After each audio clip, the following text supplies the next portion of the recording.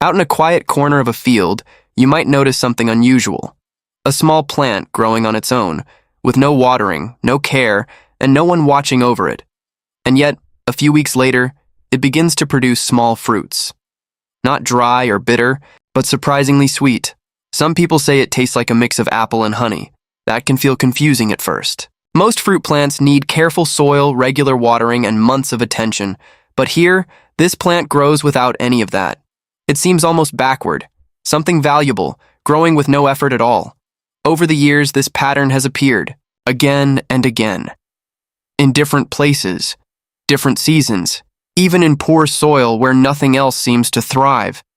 And still, this plant quietly grows and produces.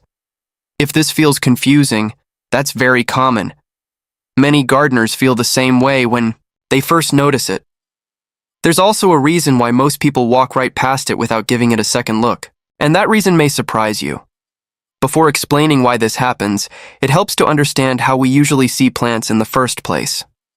Most gardeners are naturally drawn to plants that look impressive. Bright colors, large leaves, neat rows. These are the plants that feel important. They look like they belong in a garden. But this simple plant does not stand out in that way. Its leaves may look plain. Its shape may seem uneven. It often grows in places we do not expect anything useful to grow, like along roadsides, near fences, or in dry patches of soil. Because of this, many people assume it has little value. It does not match the image of what a good plant should look like. So it gets ignored. This is something that happens often in gardening. We learn to recognize certain plants as valuable, and we overlook others.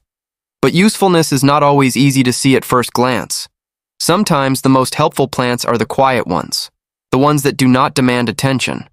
Over time, experienced growers begin to notice patterns. Plants that survive without help. Plants that return year after year. Plants that continue producing even when conditions are not ideal. This is where our understanding begins to shift. So what is this plant, exactly? It is usually a small, hardy fruiting plant. It may grow low to the ground or as a small shrub. The leaves are often simple, not too large, sometimes slightly rough to the touch. The fruit itself is small, often round or slightly oval, and changes color as it ripens. You will often find it growing in places where the soil is not rich. Dry land, edges of pathways, even neglected corners of a yard. It does not seem to mind being left alone. In fact, it often does better that way. This plant is naturally adapted to survive. That means it has learned over time to grow without depending on perfect conditions.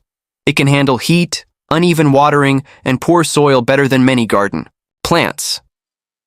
In warmer climates, it may grow faster and produce more fruit. In cooler areas, it may grow more slowly, but still survive with very little care. The exact timing can change, but the pattern remains the same. And then comes the moment that surprises most people. The first time someone tastes the fruit, they often pause. There is a gentle sweetness that is not expected, not sharp like some fruits, and not bland either.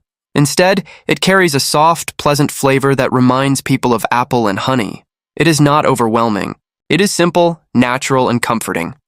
This is where many people begin to see the plant differently. What once looked ordinary now feels valuable. Wild plants sometimes develop stronger flavors because they grow slowly and adapt to their environment. They are not pushed with fertilizers or frequent watering. Instead, they build their flavor over time. This slow, natural process can create something that feels more balanced and enjoyable. But this raises an important question. If the plant is so useful, why does it need almost no care? The answer is not magic. It comes from how the plant is built.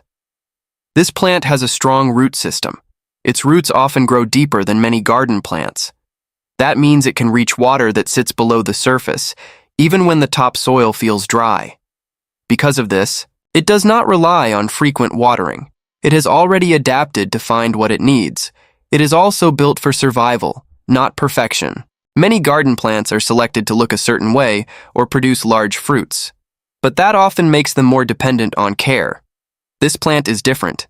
It focuses on staying alive and producing steadily, even if the conditions are not ideal.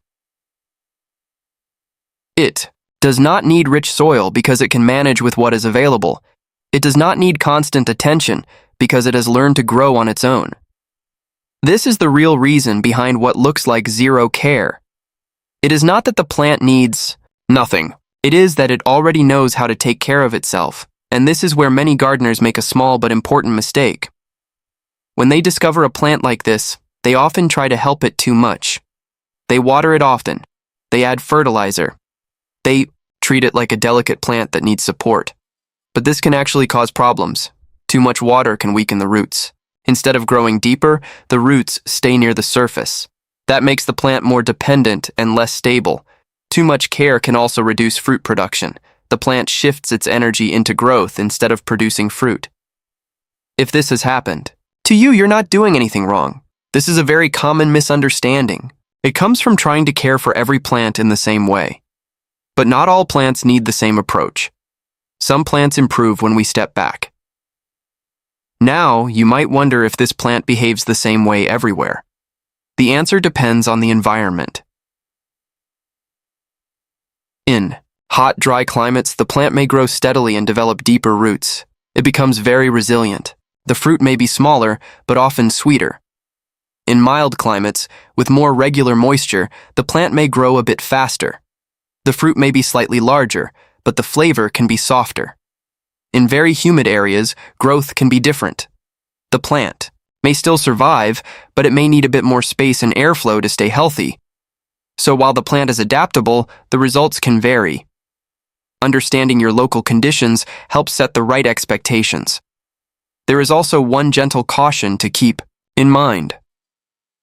When dealing with wild plants, correct identification matters. Not every plant that grows freely is safe to eat. Some may look similar but behave very differently. If you are unsure, it is always better to take a careful approach. Observe the plant over time. Compare it with reliable references. And when trying any new fruit, start with a small amount. This allows your body to adjust and ensures there are no unexpected reactions. There is no need to rush. Gardening works best when it is slow and steady. So how do you grow a plant like this without doing too much? The answer is simpler than many expect. Give it space. Allow sunlight to reach it. Avoid placing it in overly rich or heavily managed soil. Most importantly, resist the urge to interfere too often.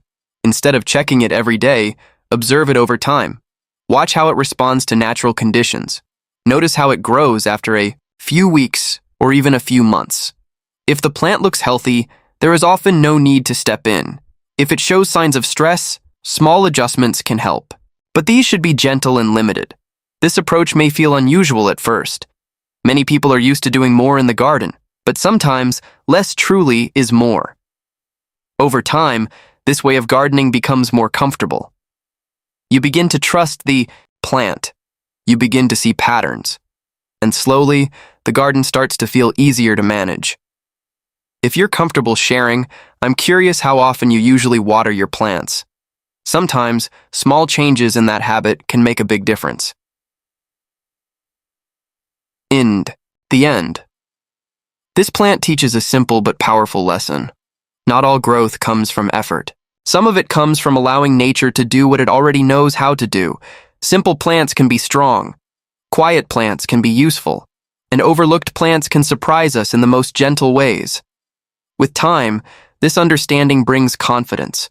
You no longer feel the need to control every detail.